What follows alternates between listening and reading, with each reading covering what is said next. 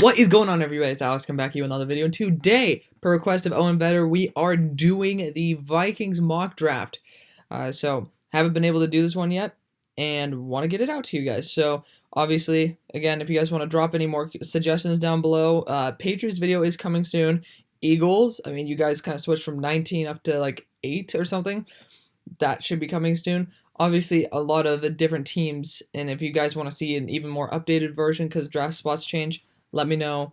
That's obviously hence the whole entire reason I do a new like 2 to 3 round mock every single week is because kind of encompasses the entire team. But 7 round mocks are totally different, and let's rock with it though. So again, if you guys are new, hit that sub button. We're over 440 people now. Like that, what? Okay, it's pretty awesome, and we're just growing every single day. It's absolutely beautiful, guys. Drop comments down below because obviously.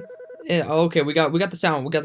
Yeah, drop comments down below because we have an amazing community with people who just love to chat, and that's absolutely awesome. Ooh, okay. So Justin Fields fell to 9, so this is hyper unrealistic, but I mean it is possible. We always like predict certain things are going to happen. You never know if the NFL doesn't like Justin Fields as much as we think, as well as Zach Wilson and Trey Lance. So this is interesting, guys. Really, really interesting. Because we could be going quarterback here, but we also need to be going line. Because Wyatt Davis, he's not 23. That's some complete bullshit. You guys just got rid of Elf Line as well. So, that being said, I don't think we can go quarterback here. Can we? I don't know. Because, to be honest, Cousins has kind of made a resurgence. Excuse me, he's kind of made a resurgence. He kind of started off the year a little bit lackluster, and he's been playing pretty alright. So, obviously this team lives, breathes, and dies by its run game. So, given the fact that you kind of lost one of your best guards, I am going to say it's kind of a necessity. I always do this in my drafts. It may say 23. It's not 23. Wyatt Davis is a top 15 prospect. Get Wyatt Davis in here. They've been scouting Kyle Pitts as well. So, I was really between Zach Wilson and whoever the hell we just got. Why am I blanking on the guy's name? Wyatt Davis. It's like, do you want to go the future? Which, again, he's not going to fit this scheme at all. This scheme is very heavily run-dependent, and I don't think Zach's attitude is going to fit too well with the guys in the locker room. So I don't really think it's going to line up too well. And then, again, this team's just not built for a speed quarterback right now. I don't think they're built for a Lamar Jackson-style quarterback. And they're not built for a Walmart version of Patrick Mahomes style either. It's just, I think that they're much more built for a Kyle Trask. If we had a 2nd-round pick, I would have went Kyle Trask. Let's put it that way. Like, that's someplace where we could take a shot. And I think that'd be a good spot to do it. But that's obviously not the way the draft fell. Again, I haven't really completely studied every single thing about your team's pick history. So again, let me know where that 2nd-round pick went, because I think it was for Yannick Ngakoue. I'm not 100% sure about that. So, again, let me know about that, guys. Always like to know why the hell things happen when they think, oh, okay. So, we all know Harris is gone. Oh, this is tough. Hold on, guys. We gotta see. We just do this right here. Let's see what picks we have. Do we have another third? We have another third. Okay, we are not letting Jalen Tweeman go. I gotta hide this shit. Jalen Tweeman is just too good to pass up. This guy has potential to be the next Aaron Donald. Given the fact that we have a pick and 5 picks, we can't let Jalen Tweeman get past our grip here. Of course, we're going to be going for Paris Ford here because we need an enforcing strong safety here. So I think Paris Ford's going to be definitely more of that rangy option and with a lot of potential. Some people say he's worth 1st-round pick. I don't really think so, but this is just too good to pass up on. Man, you're hitting a home run draft right now without a 2nd-round pick. That's a damn, like, even if this was 2nd round, maybe Jalen Tweeman would have been the pick there. But shit, man. Again, we're not going to be taking these trade offers. It's a little too RNG to be able to just, like, take whatever trade spot. Plus, I'm not going to really discuss, I'm not really going to contemplate and take all of your guys' time to discuss, like, the value of every single trade scenario. It's a little bit too much. So we're going to be sticking away from that for the time being. And that's okay. Now, again, we got a couple picks here in the 4th as well, so we're going to be able to get some good value. Ooh, Colby Harvey-Peel is still here? Shit. Now I kind of feel bad, because we can get Colby Harvey-Peel as well. Colby, I don't know if I said Colby. Colby Harvey-Peel, he's an absolute stud too, man. Can we go 2 safeties? I don't think so. It's a little bit much. Do we want to go another running back? No, there's no real reason for it, right? So maybe we can go line here. And given the fact that there's no real good line within the next like 30-something picks, that's not a good sign either. This is not too advantageous for us.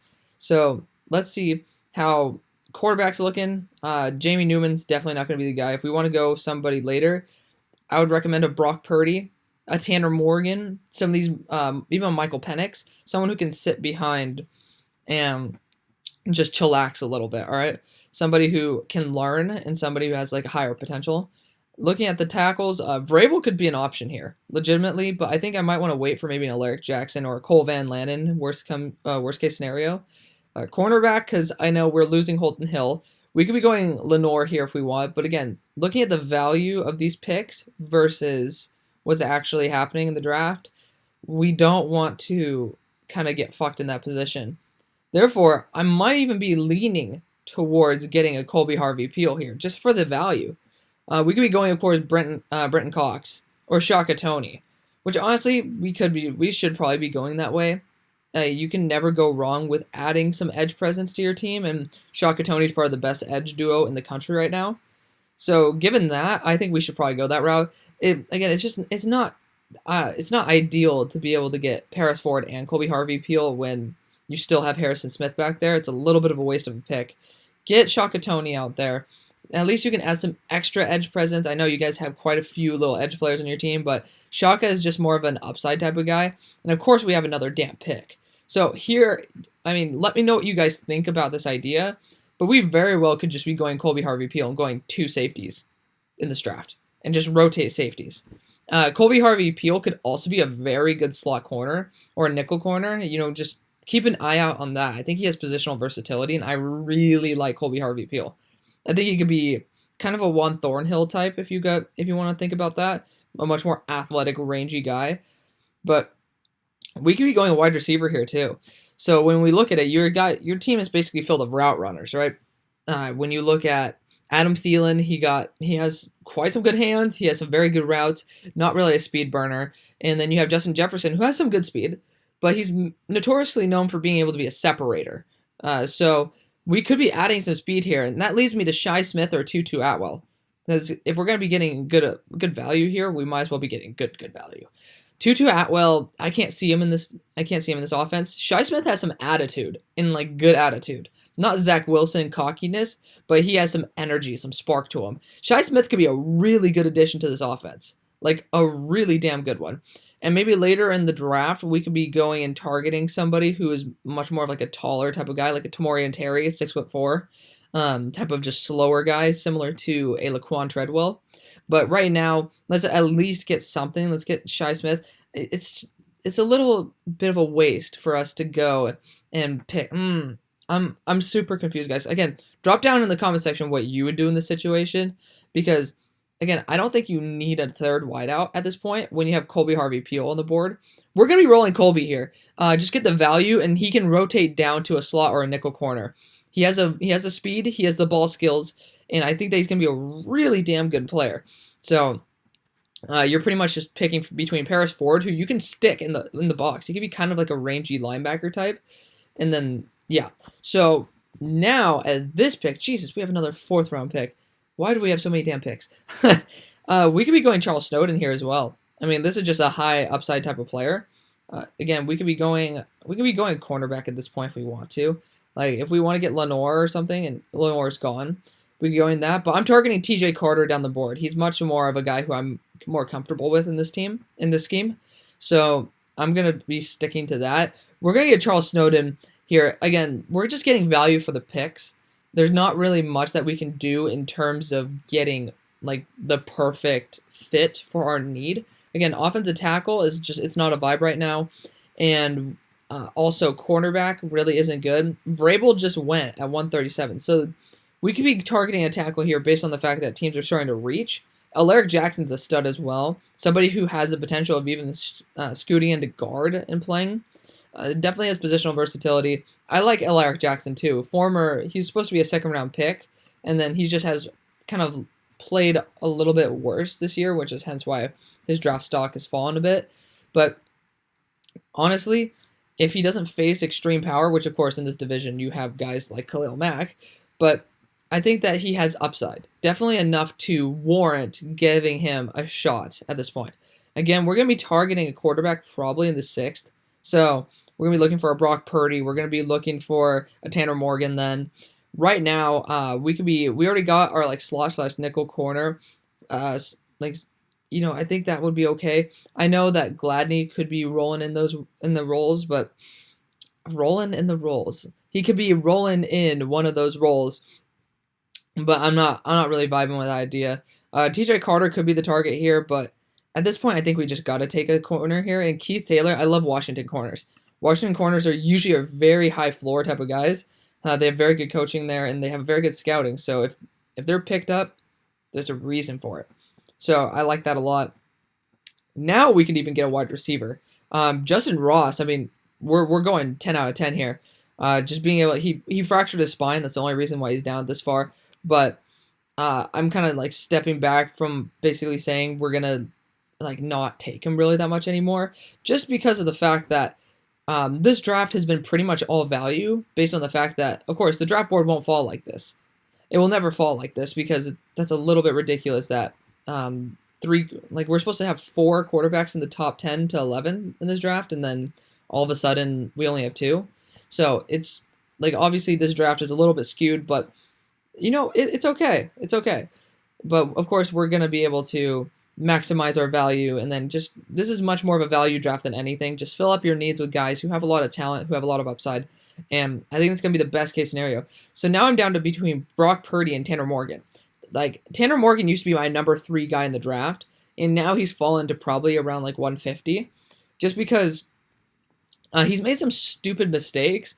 But man, if he learns from Kirk Cousins how to just minimize stupidity, which of course Kirk has some very stupid plays as well, but obviously he has a lot to give. I think that's going to be a great option. So we're going to be going Tanner Morgan here out of Minnesota. That's going to be a great option. Definitely somebody who has the potential to become an upside type of player. I think that's going to be somebody who just will add a lot of value to the team. Definitely a great backup quarterback, to put it lightly. And he's not going to lose you a game. He has everything you kind of want, except the extreme arm strength, which is okay. He has the anticipation. He has the mobility. He's not that mobile, but he can be mobile if you want him to.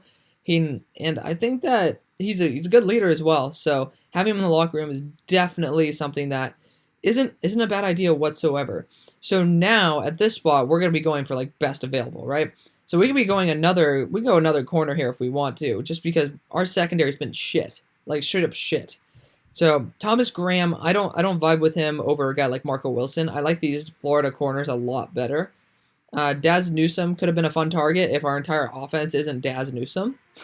So I mean, just to put it lightly, we're not gonna be vibing with this. We're gonna be going Marco Wilson here. Just adding some extra secondary depth. This team needs it. This team really does need it. We could be going another offensive lineman here as well if we want to. But I think at this point, we're just getting value in guys who can rotate in. This draft isn't really falling the perfect way for the Vikings. We aren't getting any crazy steals.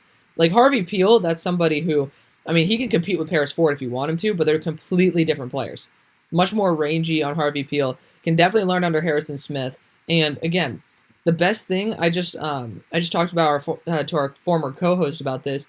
The best thing for these new corners is they're going up against some very talented wide receivers, which means they have some very, very good practice. So I like that a lot. At this point, where do we want to go? You kind of go for best available. And Tyreek Smith has a lot of potential. I mean, is an edge player out of Ohio State, for Christ's sakes. Tyreek Smith is actually really damn talented, so the fact that he's here, just add him to the rotation, man. Add him to the rotation. There's nothing wrong with being able to take a shot on somebody who could eventually become a really damn good player. So I think that is just a high floor, low ceiling, but high floor type of player. And that's kind of what you're going for. You're taking the shots on the dudes who are very good, and also the guys who can be great at this point. So looking at the picks, we have our future at guard. He's more of a generational talent than what some people say, but maybe the super fans can chill out. Again, watch Ohio State's run offense like last year with obviously J.K. Dobbins having the widest open holes in the world. Like the damn 101 freeway can't have like more space than that on it, even when nobody drives it. Like it was like that fucking wide. Obviously a lot wider than that, but according like if this is a normal hole, it was like that. So Wyatt Davis was definitely a huge impact spot on that. He's very good in the run game, and given the fact that you guys like to run, that's pretty good. Jalen Tweedman fell, and that's an absolute blessing to your team. I know you have Michael Pierce, but just being able to get some help on the interior. Paris Ford, just an enforcer, someone who you could even stick at a linebacker spot. And Shaka Toney, and then as well as who else did we get? We got Tyreek Smith as well. Just guys who can really work into a good rotation and give guys like Danielle Hunter a much longer career if you want him to. Just definitely something that can improve, like just get the legs a little bit more fresh and probably like give some good pressure while they're on the field too. For what, a third? No, that's a 4th and a 7th round pick. It's pretty good value. Now we got our 2 safeties here, Ford and Harvey Peel. I mean, as time progresses, because we all know that your good old boy Harrison Smith back there is not going to last forever. Harvey Peel could be an amazing successor. I mean, like this dude's an absolute beast. You guys should see this ball skills. This is my favorite pick of the draft, arguably. I love Harvey Peel. And then Ford is just going to be an enforcer. I mean, the fact that he fell is insane. He's a 2nd rounder to me. And then Snowden, I mean, what? It's another 6'7" guy who can cover. Like teach him, like get Kendricks to be able to teach him up. Man, you're going to be doing well. There's a lot of picks, surprisingly, in this draft. You got some more protection here. You know, might as well, right? And then you got some cornerback depth. Why not? Why not? Really, why not? And taking your shot on somebody who could potentially play, potentially never play again. But, I mean, that could be your big target. And why not, right? Tanner Morgan, again, just a safe backup. So let me know what you guys think. This is quite a hefty draft, but I didn't really expect it to fall this way. That's the unfortunate thing. But again, let me know what you guys think. Let me know what picks you would have done instead, or if you love my picks. So thank you guys so much for watching. I really do appreciate it. I'll see you on the far side. Peace.